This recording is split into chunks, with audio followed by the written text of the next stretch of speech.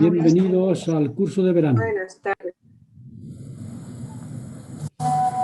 Buenas tardes, señor Faustino. Manuel, don Julio, Ángeles, todos aquí presentes. Anda, si está Noemí ahí. Están todos están desde Galicia hasta América, desde Asturias hasta el norte de África. Muy bien, pues vamos a empezar con una oración y nos ponemos ya a trabajar en el curso de verano. Por ejemplo, mientras se van conectando algunos más. Voluntaria. A ver, Noemí se ha ofrecido voluntaria, va a ofrecer la oración en español y empezamos el curso. Casi lo hago en inglés, en español, sí. Claro. Padre Celestial, te damos gracias por este día en el que podemos juntarnos en una clase nueva con nuestro maestro Faustino López, este curso de verano, para aprender más sobre otras religiones y poder aumentar nuestro conocimiento y nuestra cultura y poder así entender mejor a otras personas y a amarles más y poder a ser más como tu Hijo Jesucristo. Te pedimos tu espíritu, sobre todo para que esté con el Maestro y con todos nosotros para que podamos aprender y disfrutar de esta bendición. Y lo decimos en nombre de Jesucristo. Amén. Amén. Muchas gracias, hermana Pickup López. Muy bien, entonces este curso es el Evangelio restaurado y las religiones del mundo. Así que en este curso tenemos que abrir un poco la mente porque tenemos que integrarla o llenarla con personas que no creen exactamente lo mismo que nosotros. Y tenemos que desarrollar esa capacidad de integración. Y lo vamos a comentar hoy en estas dos lecciones del principio. Así que, ¿sabéis cómo entrar? ¿Alguien tiene dudas de cómo encontrar el curso en la biblioteca del Evangelio? Yo no lo encontré, no supe hacerlo. Yo tampoco. Porque incluso no he estudiado porque no sé. Por ejemplo, yo tengo aquí el teléfono. Que se llama cursos electivos o cursos Exactamente. lectivos. Entráis en la biblioteca del Evangelio y dentro de la biblioteca del Evangelio aparece un curso que ponía.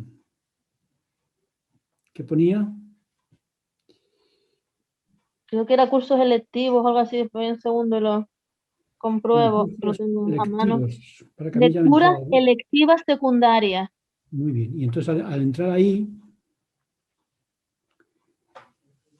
ya encontramos todos los cursos especiales.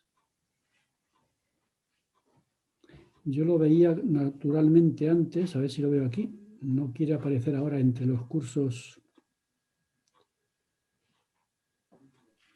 No lo encuentro. ¿Está en instituto? Hay que entrar primero en instituto y después donde salen todos los cursos en instituto, que sale, por ejemplo, está Jesucristo y el Evangelio Sempiterno, pues sigues abajo y más o menos donde está predicar, predica mi Evangelio, después está el curso de enseñanza de los profetas vivientes y al lado sale una carpeta que no tiene color. ¡Ay, lectura selectiva! Sí, lo veo. Eso. Lo estoy descargando. Pone reseñas de cursos seleccionados. Y entonces ya ahí aparecen todos los cursos y hacia el final el Evangelio restaurado y las religiones. Vale, listo, lo tengo. Gracias. Muy bien, pues ahí tenemos, no son cursos tan exhaustivos,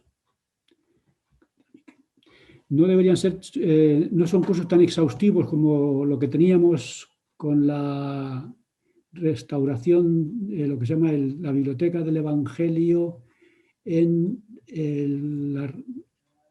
la segunda parte. ¿Cómo se llamaba el curso? Que se llama la restauración del Evangelio, ¿no? El Evangelio restaurado. El Evangelio restaurado parte 2 era muy exhaustivo, muy interesante. Este es muy sencillo y hay muy poca cosa. Así que yo tendré que ir añadiendo con vuestra ayuda cosas al curso. Muy bien, entonces hoy tocan dos lecciones, que son lección número 1, que se titula...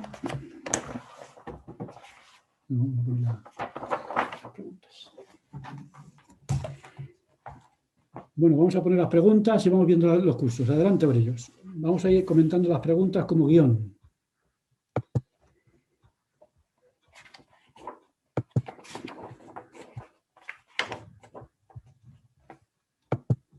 Muy bien.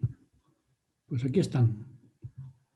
Esto es lo que os envié, que espero hayáis recibido, y lo usaremos como guión para ir desarrollándolo antes de la división en grupos.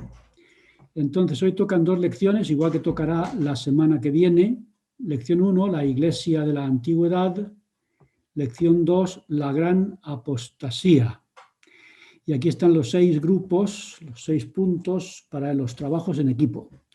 Pues venga, vamos allá, siguiendo el método de siempre. Alguien que nos lea el texto del equipo número 1.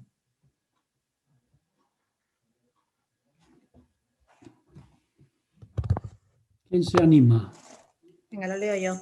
Equipo 1. El apóstol Pablo enseñó a los efesios que la Iglesia debe estar edificada sobre el fundamento de los apóstoles y profetas, siendo la principal piedra del ángulo Jesucristo mismo. Efesios 2:20. ¿Qué relación hay entre las palabras del apóstol Pablo y las del Elder Hinckley sobre las 4 piedras angulares de la fe? Gracias, Lara. Muy bien, entonces el presidente, en este caso el Elder Hinckley, Gordon B. Hinckley, está hablando de 4 piedras angulares. El apóstol Pablo dijo que había una piedra del ángulo solamente, que era Jesucristo mismo. Aquí el Elder Hinckley habla de 4. Entonces yo quiero que el grupo pues comente, mirando las 4 piedras que pone el Elder Hinckley, y teniendo en cuenta que la principal, decía el apóstol Pablo a los Efesios, es Jesucristo, pues encajar las 4 con Jesucristo, que es una de ellas. Al entrar en el discurso del Elder Hinckley, él da 4 piedras. En esta lección también hay, aparte de este discurso, que es el que yo voy a utilizar, también hay escrituras en Moisés, capítulo 5 y capítulo 6. Porque el título de la lección es La Iglesia de la Antigüedad. Es decir, que estamos comparando la iglesia que tenemos ahora con la iglesia que hubo antiguamente. Así que tenemos que tener una visión hacia el pasado y ver la iglesia en la antigüedad para tener una visión de la iglesia presente. Por ejemplo, si habéis leído en Moisés 5, y ahí el equipo número 1 tiene estas escrituras, Moisés 5, en los versículos 12 al 15, se insiste en esta idea. Ya desde el principio del mundo, porque está hablando de la época de Adán y Eva, el principio fundamental era que la salvación estaba en el Hijo y en el arrepentimiento. Está en el versículo 15. Moisés 5, versículo 15. Es decir, que estamos hablando ya de la época de Adán, y en aquella época, aunque no está muy claro en la Biblia, en la Perla de Gran Precio se ha restaurado esta idea, que es reciente también, es decir, es el principio que ha habido siempre en el reino de Dios, en la Iglesia de Jesucristo, y es que todo el que quiere salvarse, ya sea en la época de Adán o en la nuestra o en todas las dispensaciones, hay que tener fe en el Hijo Jesucristo y arrepentirse de los pecados. Y en los versículos 58 y 59 de Moisés 5 habla de que el Evangelio se predicó ya desde el principio. Esto es un asunto que no está muy claro en la Biblia, pero el Evangelio de Jesucristo ha existido siempre, se ha explicado siempre, se ha predicado siempre, y en Moisés 5 se dice que en aquella época, en la época de Adán, la primera dispensación, se predicó el Evangelio ya desde aquella época. Y luego en Moisés 6, el versículo 23, se repite que allí se predicaron los principios, los primeros principios del Evangelio, la fe y el arrepentimiento. Por tanto, estamos hablando de la iglesia de la antigüedad, que era a semejanza de la iglesia actual. Por tanto, lo básico, la clave que encontramos en la Iglesia de la Antigüedad y en lo que el Elder Hinckley nos comenta en su primera piedra clave es la conversión a Jesucristo. Esto es un punto muy importante porque cuando una persona quiere conseguir un testimonio de la Iglesia, no tiene que buscar un testimonio de las personas que hay en la Iglesia, ni siquiera del profeta, ni siquiera de los apóstoles, ni del obispo. No, el testimonio tiene que ser de Jesucristo, que es el principio fundamental desde el principio. Esa es la piedra clave, la única. Y ahí el Elder Hinckley lo comenta cuando habla de la primera piedra, que dice que es Jesucristo. Y nadie más, dice él. Jesucristo es la piedra clave y nadie más. Por eso yo personalmente me entristezco cuando alguien dice, me he ido de la Iglesia porque me ha defraudado, y entonces cita a un profeta, o cita a un apóstol, o cita a un obispo, o cita al vecino. Si no te defrauda Jesucristo, no te puedes ir de la Iglesia. Ahora, si te defrauda Jesucristo, pues te marchas y te buscas otro Cristo, que habrá muchos por ahí en los últimos días, ¿no? Pero esto es un punto fundamental que el grupo tiene que discutir. Jesucristo es el único, nadie más. Es la piedra angular de la Iglesia. Ya en la época de Adán, primera dispensación, y en la época de José Smith, la última dispensación.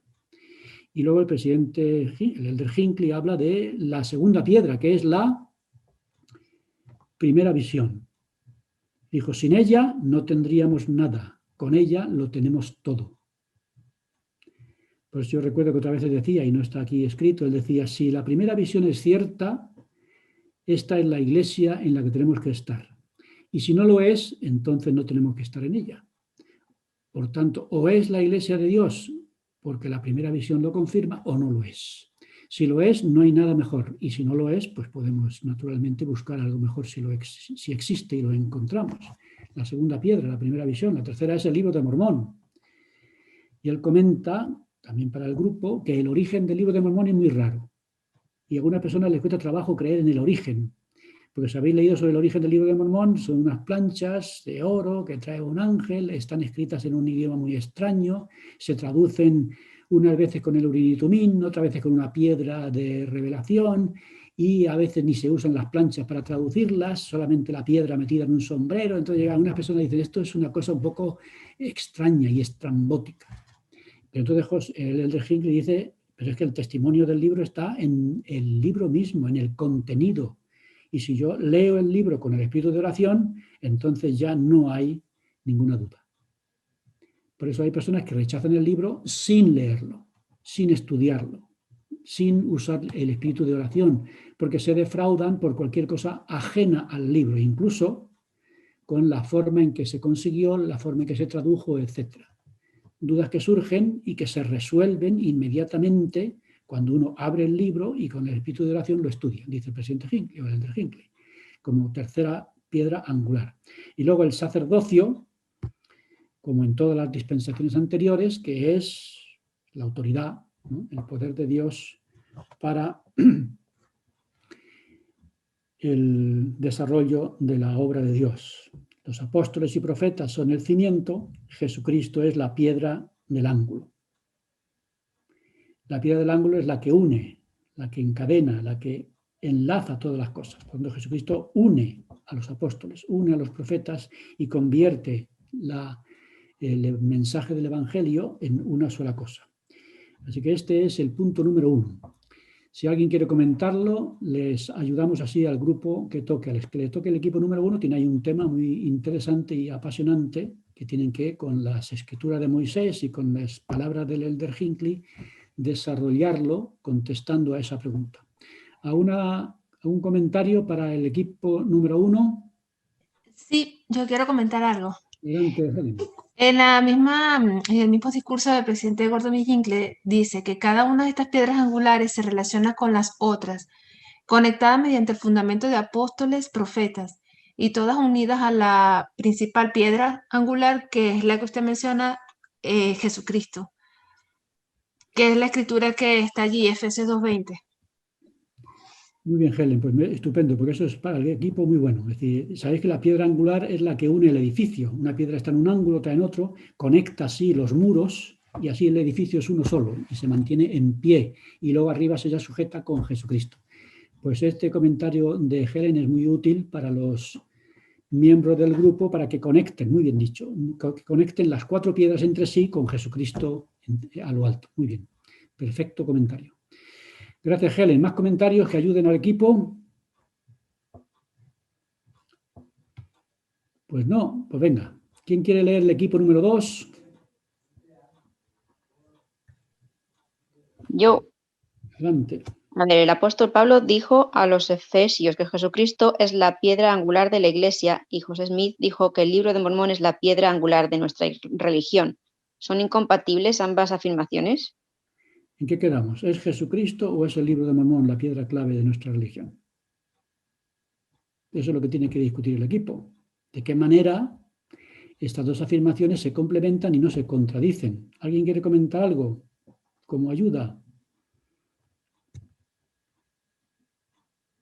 ¿Quién tenía razón, José Smith o Pablo? ¿O la tenían los dos? Yo creo que los dos. ¿Cómo? A ver, Pilar. Porque el Libro de Mormón es un testamento de Jesucristo. Muy bien. Entonces los dos se complementan. O sea que no se pelearían ni Pablo ni José Smith, ¿no? No. Aunque no se entendieran, Pablo en arameo y José Smith en inglés, pero al final, como bien dice Pilar, Jesucristo está ahí. Si el Libro de Mormón es la piedra clave de nuestra religión es porque, y ya lo ha dicho Pilar, ¿no? Así que ese es un punto interesante a debatir por el equipo número 2. Y el equipo número 1 y el equipo número 2 desarrollan la lección número 1, que como he dicho se titula La Iglesia de la Antigüedad. ¿Algún comentario sobre esas dos primeras preguntas, que es la lección número 1, y entramos en la lección número 2, la gran apostasía? ¿Alguien quiere comentar algo o leemos? Una consulta, ¿cómo sé a qué grupo pertenece? Pues inmediatamente yo voy a apretar un botón y vas a aparecer en un equipo. Y preguntas a los demás, oye, ¿qué equipo es este? Y ahí te dicen, va a ser un viaje de un equipo a otro equipo. Así que eso lo sabremos cuando lo dividamos. Ahora, de momento formamos un equipo único y cuando apretemos el botón ya se dividen todos en 6 grupos. Y la idea principal de la lección número 1, ya sabéis que cada lección tiene una idea principal. La idea principal es que, está por aquí, que Jesucristo es la única persona que nos puede salvar. Nadie más. Esa es la idea principal de la lección. ¿Cuál es el principio clave de la lección número 2? ¿Quién lo ha visto? La lección número 2 tiene un principio clave que resume la lección y que aparece debajo de los discursos. ¿Cuál es el principio clave?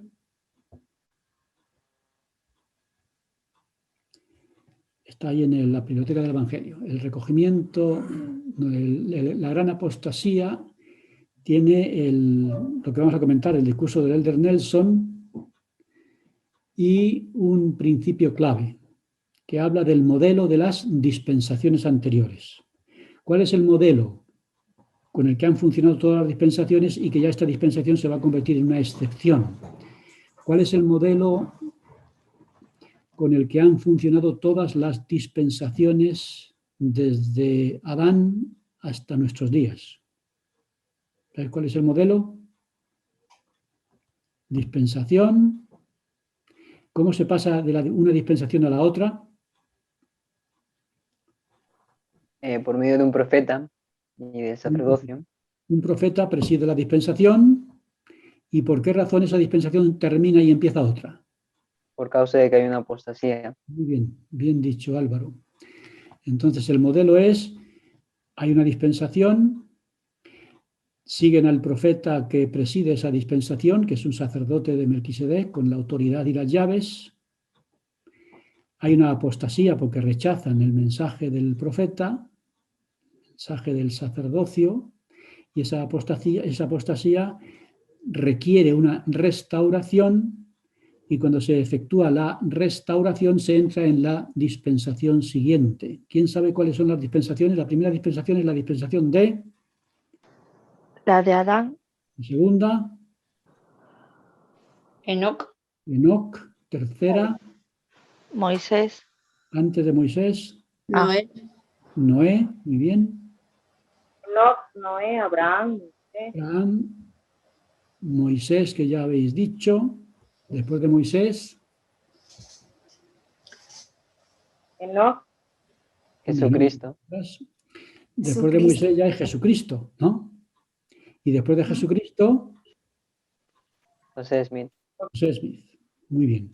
Entonces son esta y otras dispensaciones que hay por ahí en el libro de Mormón y demás. Entonces Adán, Enoc, Noé, Abraham, Moisés, Jesucristo y José Smith. ¿De en qué manera esta dispensación es distinta de las demás? Álvaro está contándolas. 1, 2, 3, 4, 5, 6, 7. No habrá apostasía. La gran apostasía separa las dispensaciones y, como has dicho, esta dispensación se caracteriza ¿en qué? ¿Qué has dicho? ¿Qué? Pero yo tengo una pregunta. Si Recibirá Abraham, a Cristo y no habrá más otra gran apostasía. Pues esta dispensación se caracteriza porque ya no va a haber ninguna apostasía. Después de esta dispensación viene Jesucristo. Esa es la respuesta, muy bien. Y Raquel añade una pregunta. si la dispensación es de Abraham, ¿por qué hay un Elías, un profeta Elías que entrega la dispensación de Adán a José Smith? La dispensación de Abraham, ¿no? De Abraham. Por eso las dispensaciones, dicen que la dispensación esta última, la dispensación del cumplimiento de los tiempos, es como una dispensación en la que desembocan todas las demás. Que nosotros tenemos el privilegio de estar en la dispensación de todas las dispensaciones. Todas las dispensaciones se reúnen en esta, más lo que es característico de ella. Y una de las cosas que tiene que venir es Abraham, porque el convenio de Abraham está desde el principio en el... Y no empieza con Abraham, se llama de Abraham, pero ya existió desde la primera dispensación, ¿no? Así que estamos Sí. Tengo una pregunta, Faustino. ¿Tiene que ver algo con las llaves? A la pregunta que hacía Raquel. Ah, claro, entregó las llaves de esa dispensación. De Abraham. Pensé que las tenía que entregar a Abraham al abrirla él. Pero no de la dispensación, ¿no? Entonces lo que traen es el convenio abrámico y las llaves correspondientes, es decir, las llaves se tienen que restaurar todas. Se restauran, Elías trajo unas llaves, Elías el profeta otras llaves, que Elías es el que trajo las llaves de la dispensación de Abraham.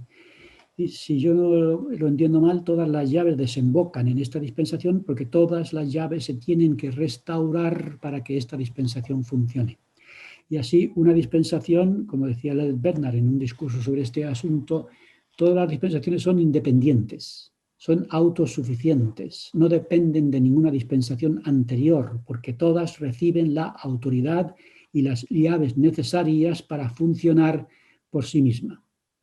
Y también decía, teniendo en cuenta que Elías también es un título que se le da a aquel precursor, a aquel persona que llega con un mensaje del Señor, pues no es exactamente Elías el profeta, ¿no? Claro, cuando no es Elías el profeta, hay un Elías también por ahí que hablan de la época de Abraham y tal. Sí. Ahí hay mucha confusión, no hay mucha información al respecto, pero es cierto, como dice Giancarlos, sí. Elías también es un título, el que prepara el camino de, como Juan el Bautista, y de que Juan el Bautista sí, claro. No es que fuera la reencarnación de Elías, sino que al preparar el camino de Jesucristo es un Elías, que es un título. Así que una cosa es la persona Elías, el profeta, otra cosa es el título o el llamamiento de Elías precursor. Y todo el que prepara el camino de es un Elías. ¿No? Muy bien dicho, Giancarlos. Así que el modelo, adelante, Helen. Una nota. Otra característica de esta dispensación es esta dispensación del cumplimiento de los tiempos no había de ser limitada en lo referente a tiempo ni a lugar, como lo fueron los anteriores. Entonces, estás hablando de la última, ¿no?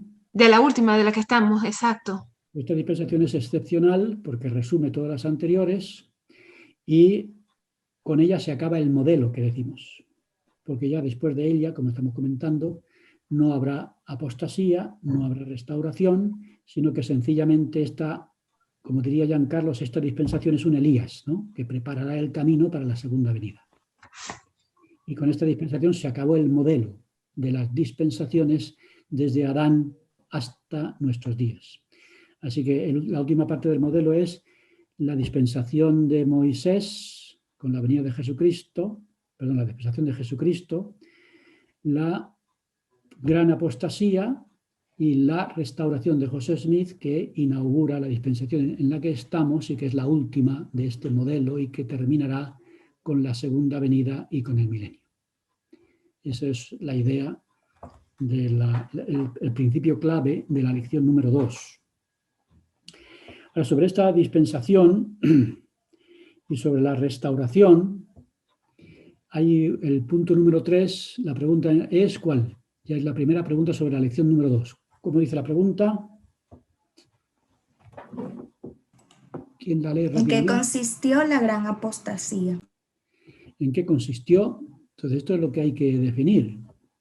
El grupo tiene que definirlo. Si alguien quiere dar alguna pista, cuando alguien nos pregunta, oye, vosotros los mormones habláis de que ha habido una apostasía y que vosotros estáis aquí para restaurar lo que se perdió. Bueno, ¿en qué consistió la apostasía? ¿Y qué es lo que se perdió?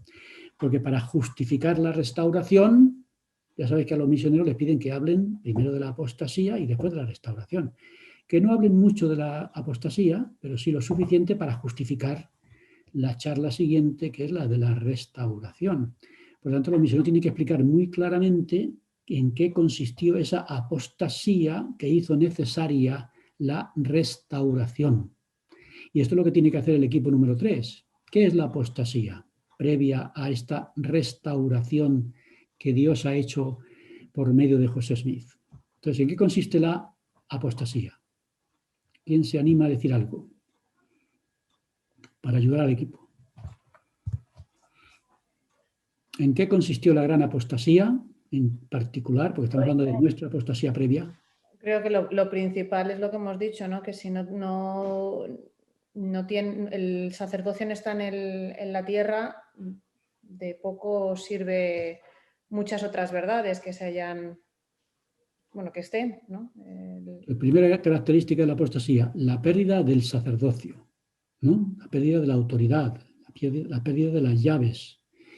Muy bien, y esto trae como consecuencia muchas cosas, ¿no? Cuando se pierde el sacerdocio y se pierde la autoridad, pasan otras cosas que explica el manual o la biblioteca del Evangelio.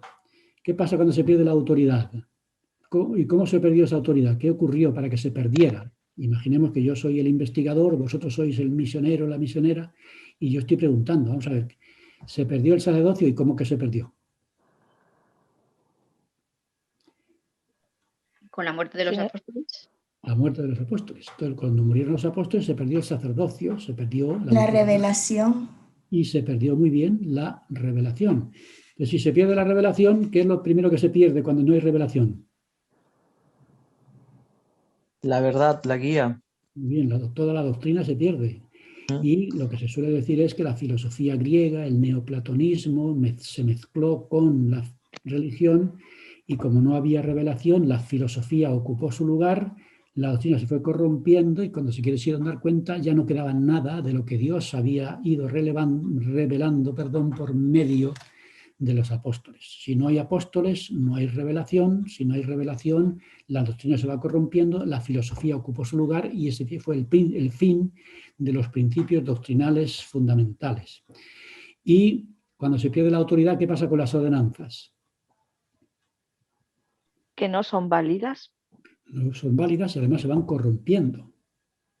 Tenemos el ejemplo con la primera ordenanza. ¿Cuál es la primera ordenanza del Evangelio? Bautismo. ¿Qué pasó con el bautismo?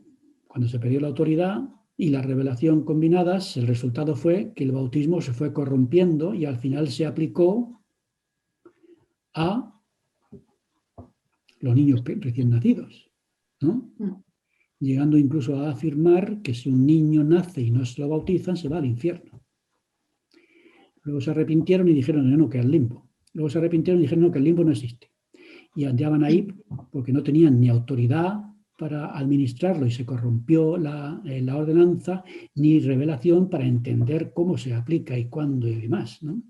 Entonces se pierde la autoridad, se corrompen las ordenanzas, se pierde la revelación, se corrompe la doctrina y así poco a poco la Iglesia va saliendo del modelo neotestamentario o el modelo que encontramos en el Nuevo Testamento.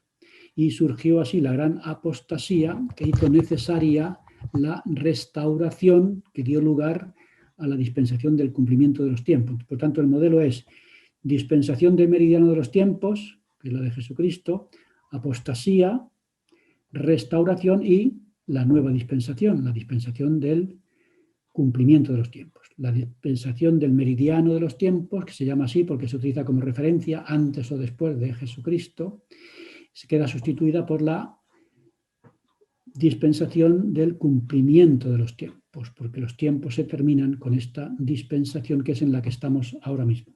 ¿Algún comentario? Eso es lo que tienen que responder los del grupo número 3, que es la apostasía. Yo acabo de recibir en mi... Yo estoy suscrito al BYU Studies. ¿Alguien sabe lo que son los BYU Studies? ¿Alguien lo recibe, lo ha leído? ¿Qué son los BYU Studies? Si lo traducimos... Sería... Estudios de la Universidad Brigham Young. Entonces, la Universidad Brigham Young tiene eruditos, o tiene estudiosos, o tiene teólogos, o tiene expertos que hacen congresos, o hacen simposia, o escriben artículos que se van publicando. Y yo, como estoy suscrito, pues me lo mandan. Antes me lo mandaban por correo, ahora me lo mandan al teléfono. Y el último que acabo de recibir, hay una cosa muy interesante, y es que se han reunido una serie de especialistas en un congreso sobre la apostasía.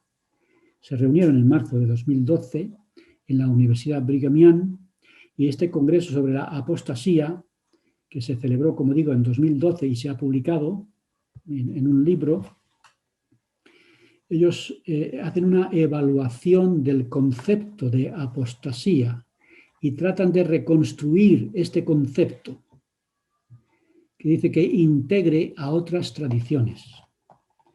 Dice, porque el concepto que actualmente tenemos de la apostasía y que es el que acabamos de comentar, lo que hace es que nos aparta y nos aísla del mundo cristiano. Es decir, todos los grupos cristianos forman una asociación, una especie de unión cristiana, y los miembros de la Iglesia de Jesucristo están apartados, no forman parte de. Lo llaman a veces movimiento ecuménico, ¿no? O movimiento de unión de las iglesias. Entonces, la Iglesia de Jesucristo de los santos últimos días, dicen, no está integrada en.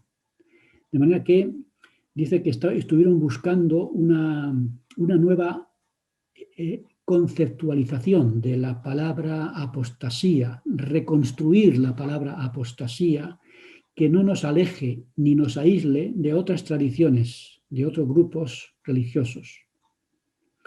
Recordemos que estamos en el curso de Religiones del Mundo, por eso me interesó mucho esta idea. Y es verdad que cuando yo digo que la apostasía es lo que acabamos de decir y la restauración nos convierte en la única iglesia verdadera, todas las demás iglesias se apartan de nosotros.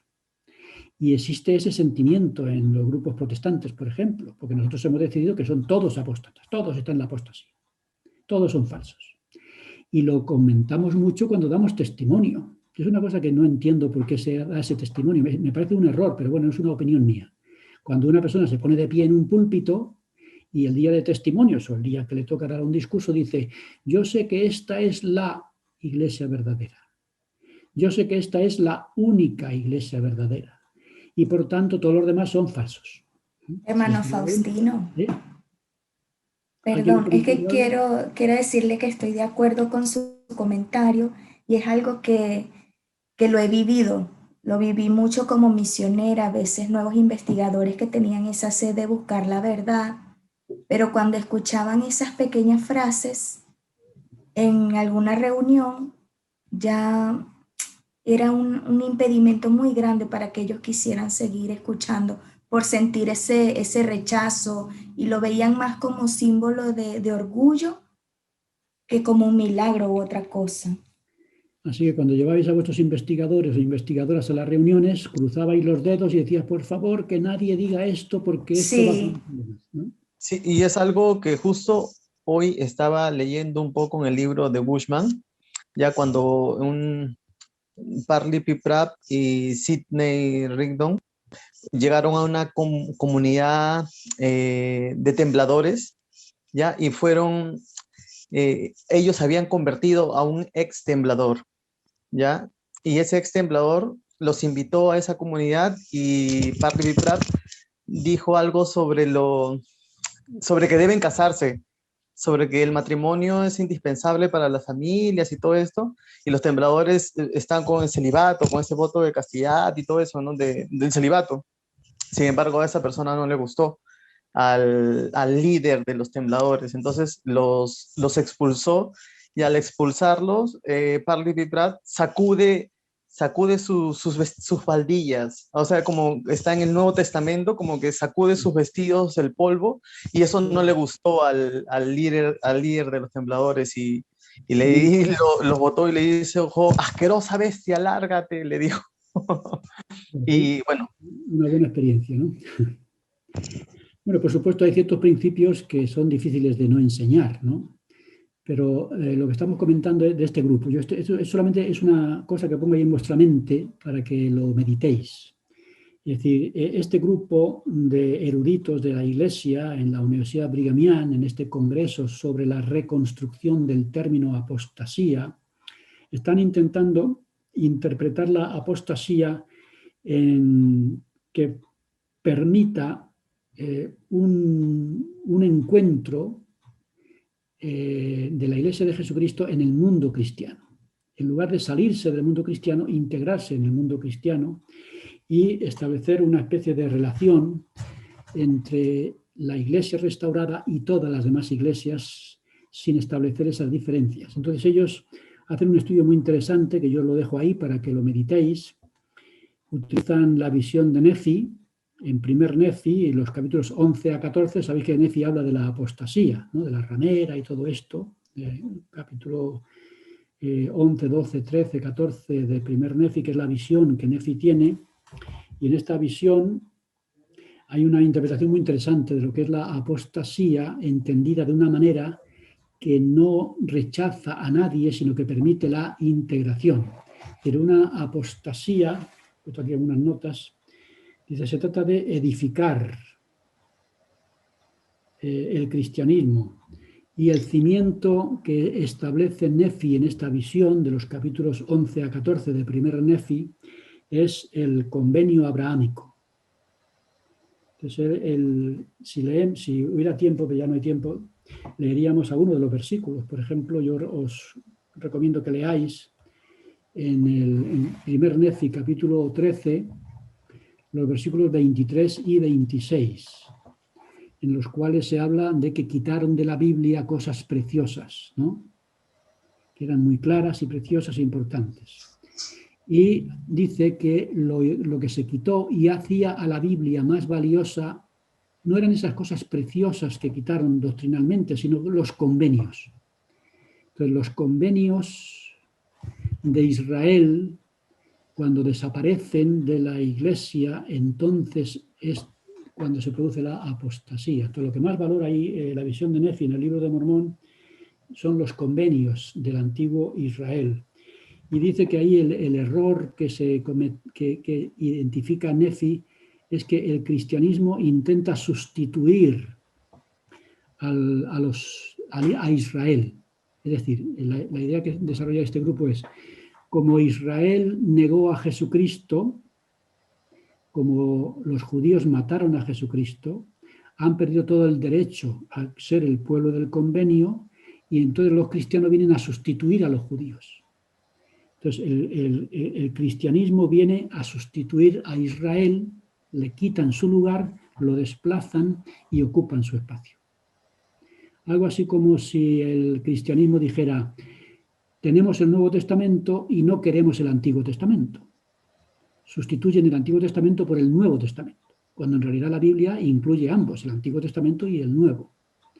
Y los convenios, especialmente el convenio de Abraham, que es lo primero, lo que vamos a encontrar en el discurso del Elder Nelson, el convenio de Abraham es el que establece la conexión entre el cristianismo e Israel. El cristianismo no debe sustituir a Israel, convirtiéndose en el nuevo pueblo del convenio, quitando a los israelitas o a los judíos de en medio por haber pecado, matando a Jesucristo al que rechazaron. No, se trata de integrar. Y en el libro de Mormón, en 1 Nefi, capítulos 11 a 14, justamente en estos versículos que digo, 1 Nefi 13, versículos 23 y 26, está insistiendo Nefi en que la apostasía consiste en este intento de desplazar a Israel y sustituirlo por el cristianismo. Así que la idea de apostasía no debería excluir a nada, sino integrar. Integrar. ¿Integrar qué? Pues integrar a los gentiles con los judíos, que se habla ahí en estos capítulos. Integrar Israel con el cristianismo. Y el convenio de Abraham se convierte en el cimiento sobre el que edificar una unión entre el cristianismo, el judaísmo, Israel y entre todo el cristianismo completo. Entonces, cuando tenemos una idea de la apostasía un poquito más integradora, una teología de la integración, dice este grupo, entonces evitaremos que la Iglesia de Jesucristo se convierta en una especie de isla en medio de todo un cristianismo supuestamente apóstata. En fin, si un día tenemos tiempo podríamos desarrollarlo, porque esto viene muy bien para el curso de religiones del mundo. Hay muchas religiones, hay muchas iglesias cristianas, y cuando interpretamos la apostasía de una manera restrictiva y la restauración como algo que expulsa a todo el mundo y nos quedamos solos, el resultado es la imposibilidad de llevar a cabo la misión de la Iglesia, que es el recogimiento, no la dispersión. Nosotros no estamos aquí para dispersar al cristianismo, estamos aquí para recogerlo. Gentiles y judíos, Israel y el mundo cristiano. Entonces es muy interesante este libro. Si alguno está interesado no sé si me permitirá compartirlo, porque es una suscripción al Viva Iustaris, pero abre una puerta muy interesante a la definición de la apostasía y a las consecuencias correspondientes sobre la restauración. ¿Alguien quiere hacer algún comentario rápido sobre este punto para ir terminando? Yo muy rápido, solamente hubo hace unos años, no me acuerdo qué apóstol fue, que habló de la restauración, de la apostasía y de todos los pasos necesarios que tuvieron que pasar para llegar a la restauración, ¿no? Y desde la traducción de la Biblia y fue la verdad es que fue un discurso muy interesante, muy, muy bonito, por eso precisamente, porque más que ponernos a nosotros como la única iglesia en la faz de la tierra, se enfocaba un poquitito más en todas las cosas que a través de la historia habían sucedido tanto en la Iglesia Católica como en otras iglesias, ¿no? A través de la Reforma de Lutero y demás, que habían ayudado a que fuera posible la restauración. Y es un discurso muy, muy bonito, y ahora mismo es que no me acuerdo quién lo dio. Si lo localizas, lo puedes compartir, porque esa es la idea, Lara. Es decir, una conceptualización de la apostasía integradora. Yo, Faustino, al escucharte hablar, se me estaba viniendo a la mente que cuando Jesucristo vino y estaba la ley de Moisés, el Señor ya lo dijo, que Él venía pues a traer un evangelio más elevado.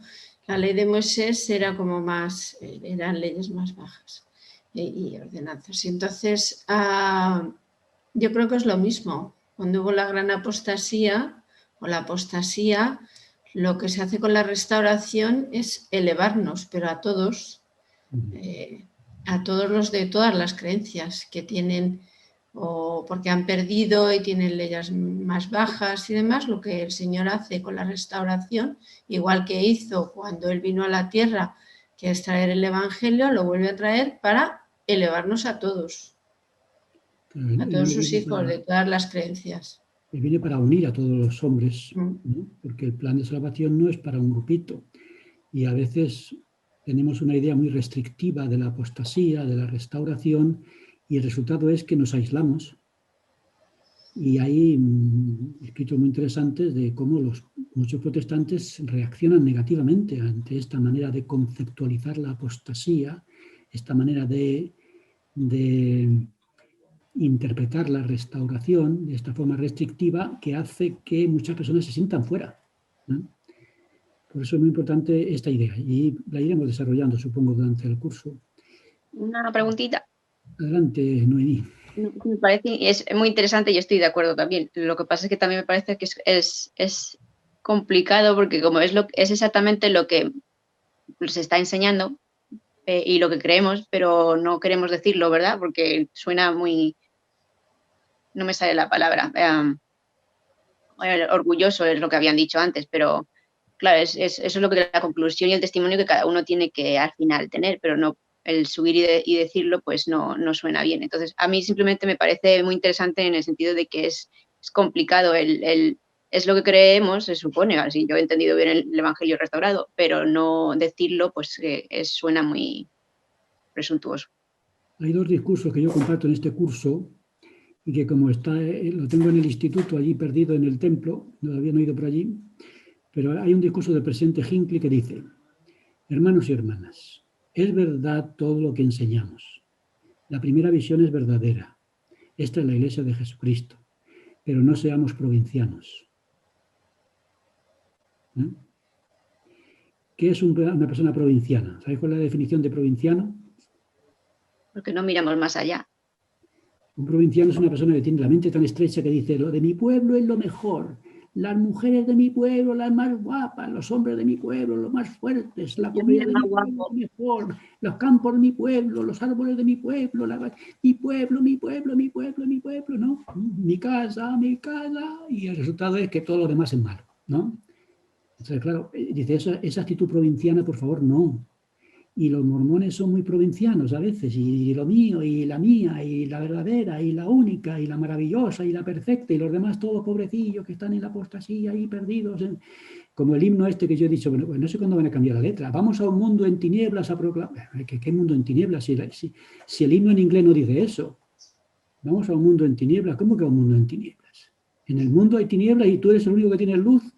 Pues algunos mormones tienen pocas luces, ¿eh? Entonces, claro, da una imagen un poco penosa que un mormón de pocas luces ande diciendo que son los únicos que tienen luz. Pues si esa es la única luz que tenemos, estamos arreglados, ¿no? Así que eso de que vamos a un mundo de tinieblas a proclamar la luz, eso está un poco... Y yo he ido a la letra en inglés y no dice nada de eso. El traductor era provinciano, con perdón, que no sé quién fue.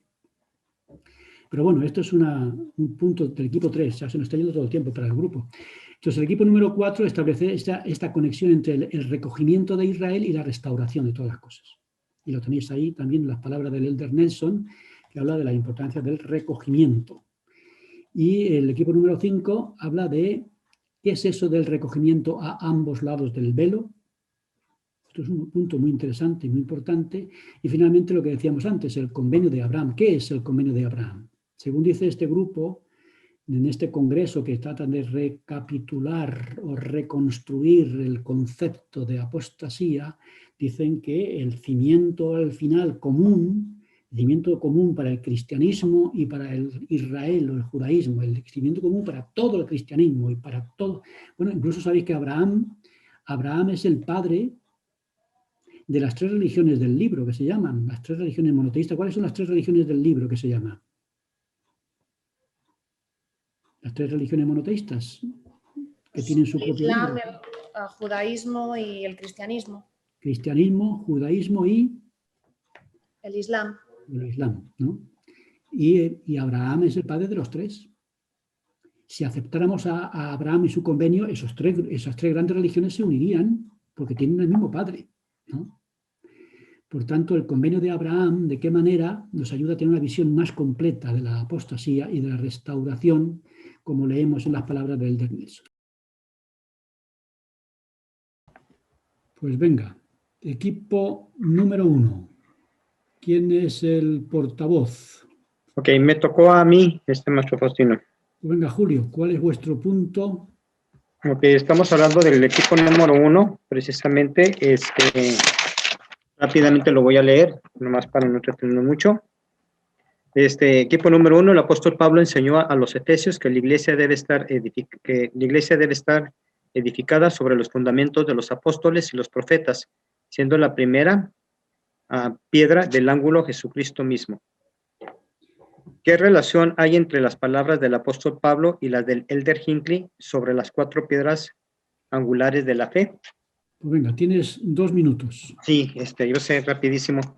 Primero que nada, pues hablamos en relación a lo que Pablo enseñaba a los Efesios, precisamente de que ya había en cuanto a lo que ya los apóstoles y los profetas habían anunciado, ya con esto se podían formar lo que venían siendo los pilares precisamente de lo que era la iglesia dirigida por Jesucristo, en la cual obviamente no se iba a tratar de separar a nadie, al contrario, se iba ahora sí a juntar a judíos como no judíos, precisamente guiados por la luz y la esperanza que nos daba Jesucristo, y que esto obviamente pues era por el amor a Jesucristo, ¿no? Comentábamos precisamente que podemos no ser tan inteligentes, pero según vayamos conociendo a Jesucristo, nuestro conocimiento va creciendo y eso nos da la fortaleza para formar fundamentos que a la larga, como lo decía el presidente Hinckley, nos permita construir sobre esta base precisamente nuestra fe y nuestra iglesia. El presidente Hinckley nos comentaba que la piedra angular, la principal piedra angular, pues era Jesucristo, y las otras 4 piedras angulares que formaban las 4 esquinas de la edificación de la iglesia, pues en este caso vienen siendo la visión de José Smith, viene siendo el libro de Mormón y viene siendo el poder del sacerdocio, ya que sin ninguno de estos, que obviamente todos estos se intercalan unos con otros, ya que si falla uno de ellos, definitivamente no podemos sostener estos pilares de la iglesia.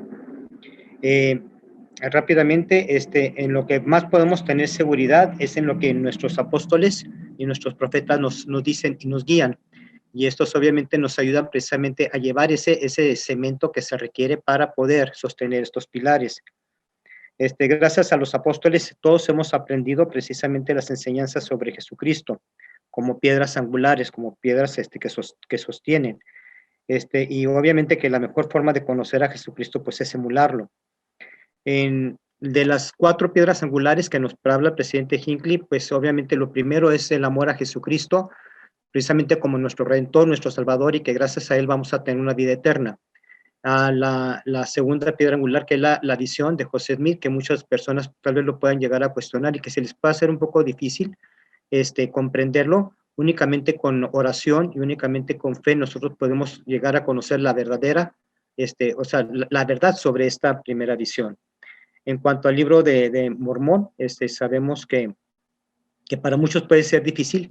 Si las personas no leen el libro de Mormón como ahora sí, con un poco de fe, o más bien con fe, si tan solo lo quieren tomar como si fuera una revista más o un libro más, pues simple y sencillamente esto no va a provocar que en las personas haya dudas o haya preguntas que sabemos todos nosotros, porque todos lo hemos vivido. Al momento de leerlo hemos tenido algunas dudas y sin embargo con oración, con un buen espíritu, con ganas de conocer la verdad, nos han llegado las respuestas. El libro de Mormón es una fuente de respuestas inagotable para todas aquellas dudas que todos podamos llegar a tener.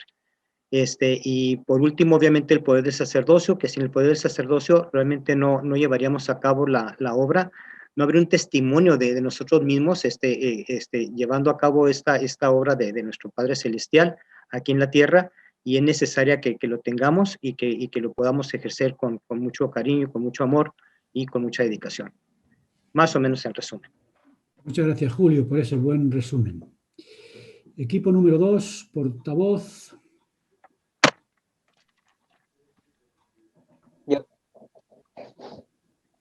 ¿Se me escucha? Álvaro. Venga, Álvaro, adelante. Vale. Seré breve. Bueno, nuestra pregunta 2 trataba acerca de si se contradecían el apóstol Pablo, acerca de que la piedra angular era o Jesucristo, o como decía José Smith, era el libro de Mormón. Y lo que se respondió en nuestro grupo fue acerca, primeramente, de la perspectiva, o bueno, de los tiempos y de las circunstancias. En este caso no se contradicen, pero se hicieron matices diferentes en cuanto a la piedra angular. En los tiempos de Pablo se estaba empezando a conocer acerca de Jesucristo, se estaba empezando a enseñar recién acerca de él. Entonces, quien se hizo énfasis es en Jesucristo mismo. Pero en los tiempos del profeta José Smith ya se conocía a Jesucristo, pero había muchas iglesias cristianas y habían pocas diferencias, digamos, entre estas. Y lo que se hizo énfasis fue en el libro de Mormón, que era lo que le diferenciaba. Y podemos saber que el Libro de Mormón testifica acerca de Jesucristo. Entonces, el énfasis que se hace es un poco diferente, la matiz, porque las circunstancias y los tiempos que eran diferentes, pero ambos testifican de lo mismo, que es Jesucristo. Y se habló acerca también de los símbolos que no era, aunque, digamos, están enseñando cosas, están enseñando lo mismo, pero se usan, digamos, para el Libro de Mormón como es un símbolo, que está enseñando también acerca de Jesucristo. Y también se enseñó de que el Libro de Mormón, bueno, testifica principalmente acerca de él. Enseñaba acerca de su expiación, enseñaba también acerca del sacerdocio y los convenios, entonces todo enfocado hacia Jesucristo. Entonces esto fue lo que se habló en nuestro grupo. Muchas gracias, Julio. Perdón, Álvaro. Gracias, Álvaro, por ese buen resumen. Equipo número 3. Vale, pues el equipo número 3, nuestra pregunta era en qué consistió la gran apostasía. Y bueno, hemos hablado como con la pérdida de la revelación empezaron a darse enseñanzas de los hombres, filosofías de las diferentes culturas en donde todos se sintieran cómodos.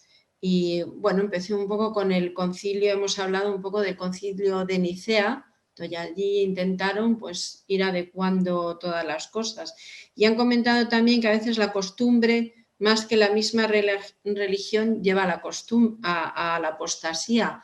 Hoy afortunadamente dentro de la Iglesia existe la revelación y porque si no también entraríamos en muchas costumbres y cuando el profeta enseña cosas que el Señor nos ha enseñado, a veces muchos nos llevamos las manos a la cabeza porque no nos están cambiando algo que teníamos, ¿no?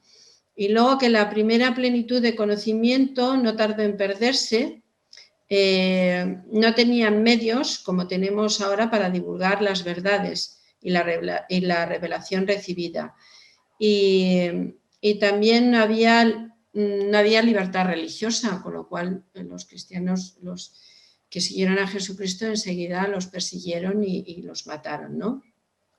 Luego que la resultante fragmentación, dilución y distorsión llevó a una amplia gama de religiones, tanto cristianas como no cristianas.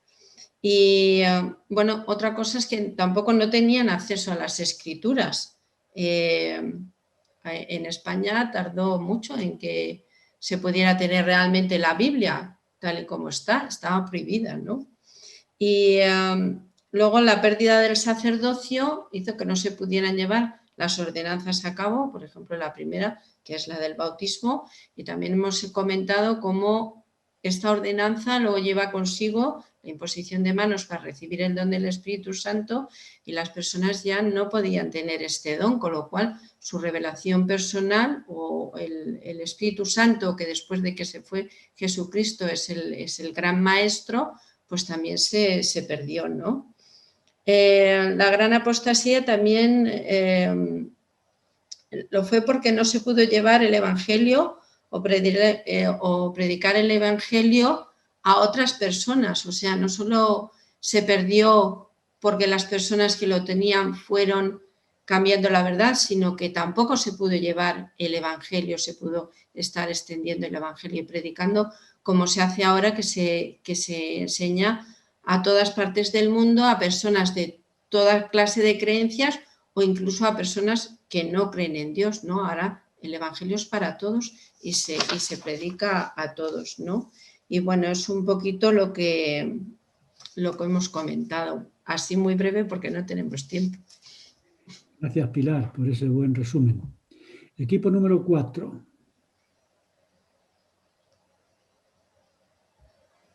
¿Quién es el portavoz? Yo. Sara, adelante. Sí, teníamos la pregunta de... un segundo. ¿Qué relación hay entre el recogimiento de Israel y la restauración de todas las cosas? Y una de las principales cosas que hemos visto es que van juntas, o sea, una no puede existir sin la otra, ¿no? Entre la restauración de todas las cosas va implícito que exista el recogimiento de Israel, ¿no? Que se restaure esa unidad que viene desde el convenio abrámico, ¿no? De que finalmente somos uno, ¿no? Una de las relaciones que hemos visto es esa, justamente el convenio abrámico. Una vez se restauran todas las cosas, pues nosotros empezamos a formar parte de ese convenio, ¿no? Por medio de las ordenanzas que hemos hecho, tanto del bautismo como ordenanzas en el templo, como cuando vamos a recibir nuestra bendición patriarcal y nos dan una de las tribus, ¿no? Donde pertenecemos a este convenio que se les dio a Abraham, Isaac y Jacob. Otra de las cosas que hemos visto que tienen relación es el libro de Mormón. El libro de Mormón que fue restaurado, ¿no? Que en esta restauración es lo que necesitamos, y de hecho hacía mucho énfasis presidente Nelson en que sin el libro de Mormón no puede existir el recogimiento de Israel. Y nos hemos dado cuenta de que sin el libro de Mormón pues no podríamos predicar la plenitud del Evangelio, porque no la tendríamos. Es en el libro donde se proclama acerca del recogimiento de Israel y de esta doctrina y de lo importante que es. Así que era totalmente necesaria para poder cumplir con el recogimiento de Israel. Otra de las cosas que hemos hablado es del sacerdocio. Gracias a que se restauró el sacerdocio, podemos realizar este recogimiento de Israel, ¿no? Y podemos hacer las ordenanzas a un lado y al otro lado del velo para que el recogimiento de Israel sea completo, ¿no? Y realmente seamos recogidos todas las personas que quieran seguir a Cristo. Una de las cosas que también hemos querido enfatizar es que el recogimiento de Israel no implica el nosotros rescatar gente como de fuera, ¿no? Como decíamos antes, no es que el resto están en tinieblas y nosotros los traemos a la luz o los rescatamos, sino que el recogimiento de Israel empieza por uno mismo, por nuestro propio testimonio, por nuestro propio recogimiento hacia lugares santos y hacia lo que Dios espera y quiere de nosotros. Entonces eso, pues finalmente las relaciones que están completamente unidos y que uno no puede existir sin el otro. Gracias, Sara, por este buen resumen. Equipo número 5. Hola. La pregunta era, ¿qué significa que el recogimiento se debe efectuar a ambos lados del velo? Entonces hablaba sobre la obra del templo y la historia familiar. Que no solamente debemos predicar el evangelio aquí en la tierra, a nuestros vecinos, amigos, familiares, sino que también debemos esforzarnos por trabajar en nuestra genealogía, por ir al templo, hacer las ordenanzas por nosotros mismos y también hacer la obra vicaria. En sí, ese era el resumen. Estábamos compartiendo también algunas experiencias como testimonios que hemos tenido de la obra de historia familiar y del templo. Y una de las chicas, Noemí, compartió, creo que fue Noemí, compartió sobre un discurso de unas experiencias de unos hermanos, creo que eran de África, que ellos cuando veían el templo tenían como tradición como no, cruza la acera, no te acerques ahí, ese sitio es malo. Y entonces a través de un sueño a una de estas personas, uno de sus familiares se le presentó y le dijo que fuera a ese sitio a preguntar qué era, que era un sitio que les iba a ayudar. Entonces sabemos que del otro lado también se ha predicado el evangelio y que esos familiares oran para que nosotros podamos recordarlos e ir y hacer las ordenanzas que ellos no pueden hacer por ellos mismos.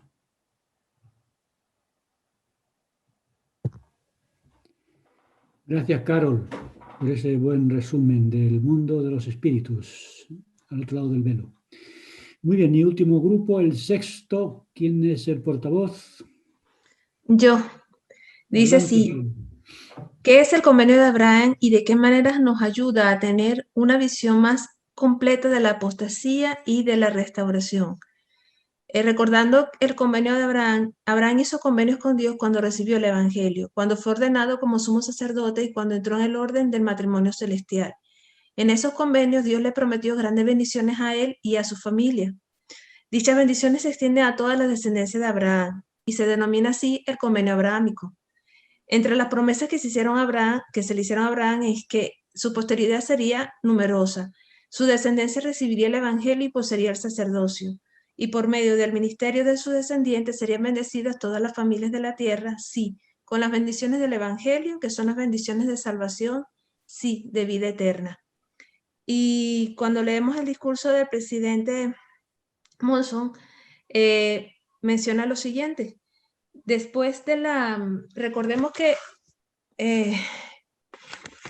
la apostasía se perdió el Evangelio, ¿no? El pueblo de Israel fue esparcido ya en los tiempos de Moisés. Se perdió el Evangelio ya cuando la muerte de los apóstoles. Y como usted bien lo dijo, el convenio también fue restaurado cuando se restauró, cuando José Smith fue escogido como profeta para esta dispensación y poder así llevar el Evangelio a través del Libro de Mormón a todas las naciones. Entonces, el discurso del presidente Monson dice lo siguiente: Abraham es el padre de las 3 religiones. Después de la apostasía se hace un recogimiento de Israel del pueblo esparcido. El Señor reafirmó el convenio de Abraham en nuestra época por medio del profeta José Smith. Como recordemos también, Abraham es el padre de las 3 religiones monoteístas, como lo dijimos al principio, el islamismo, el cristianismo y el judaísmo. Y todas las llaves necesarias para recibir las bendiciones prometidas a nuestro padre Abraham, cuando leí la primera parte, es necesario que sean restauradas las llaves, y para eso pues ha sido restaurado el Evangelio y se le ha entregado todas las llaves al profeta José Smith. Por eso es importante destacar la importancia de la restauración para que se cumpla el convenio abrahámico. De otra manera no podríamos recibir todas las bendiciones prometidas, que nosotros somos la posteridad de Abraham. Por otra parte, se abre el Evangelio a todas las tribus perdidas, extendidas a todo el mundo. Cuando el Evangelio llega a todas, se restauran todas las cosas, y así está escrito, pues lo tenemos en el Libro de Mormón y lo tenemos también en la Biblia. El convenio de Abraham está relacionado con el establecimiento de Sion. ¿Podemos hablar de eso? ¿Cómo se podría plantear eso? Es una pregunta. ¿Qué has preguntado? Sí. Tienes un minuto para ver. ¿O quieres que lo hablemos ahora? No, bueno, cuando deseen. Lo que nosotros planteamos es: el convenio de Abraham está relacionado con el establecimiento de Sion, es decir, que se cumpla todas estas bendiciones prometidas, que se cumplan, está relacionado con el establecimiento de Sion. Yo creo que ¿Podemos sí. decir que sí? Está todo conectado. Así que yo creo que, en mi opinión, pienso que sí, porque todo está formado de la restauración, ¿no? Sion y más. Muy bien. Pero el convenio abrahámico es que todas las naciones puedan salvarse. Sion van a ser unos pocos. Bueno, todos los que acepten el Evangelio se incorporarán a Sion, ¿no? En el recogimiento. Pero ese es el desafío, ¿no? Que todo el mundo participe de la restauración mediante el recogimiento. Muy bien, pues el tiempo se nos ha ido. Los resúmenes creo que han completado lo que hemos estado viendo al principio. Así que muchas gracias a todos. La semana que viene tocan 2 lecciones también. Son la lección número 3, el periodo de la Reforma, y la lección número 4, la restauración. Así que estudiad esas dos lecciones. Si alguno tiene algún problema, que escriba al grupo y os explica cómo localizarlo en la biblioteca del Evangelio. Y yo con tiempo prepararé las preguntas y me aseguraré de que todos lo recibáis. Si alguien ve que no ha recibido las preguntas, me dice: oye, Faustino, mándame las preguntas por aquí o por allá, porque los que no están en el grupo tendré que mandarlo por caminos distintos. Muy bien, pues muchas gracias a todos. Vamos a ofrecer una oración y nos vemos el martes de la semana que viene a las 7 de la tarde, lecciones 3 y 4. Terminamos entonces con una oración. Vamos a pedírselo, por ejemplo, la primera oración, ¿quién la ofreció? Que no me acuerdo. La ofreció alguien, ¿no? Por ahí. Fui yo, papá. La fuiste tú, ¿verdad? Mi niña, que se me olvidó. Bueno, entonces, por ahí estás. Por ejemplo.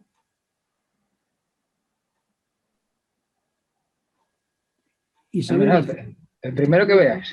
¿Eh? El primero que veas. Jorge la quiere hacer, dice. Sí, clavado. Jorge la quiere hacer. Jorge quiere. ¿Que Jorge está dispuesto, dices? Vamos a ver, lo que quería era acabar. Venga, Jorge, haz una oración y la haces corta para que termine pronto. Nuestro Padre Celestial, te damos las gracias por la oportunidad que hemos tenido de tener esta clase. Te agradecemos porque podemos juntarnos con nuestras tecnologías y también por el esfuerzo del hermano Faustino.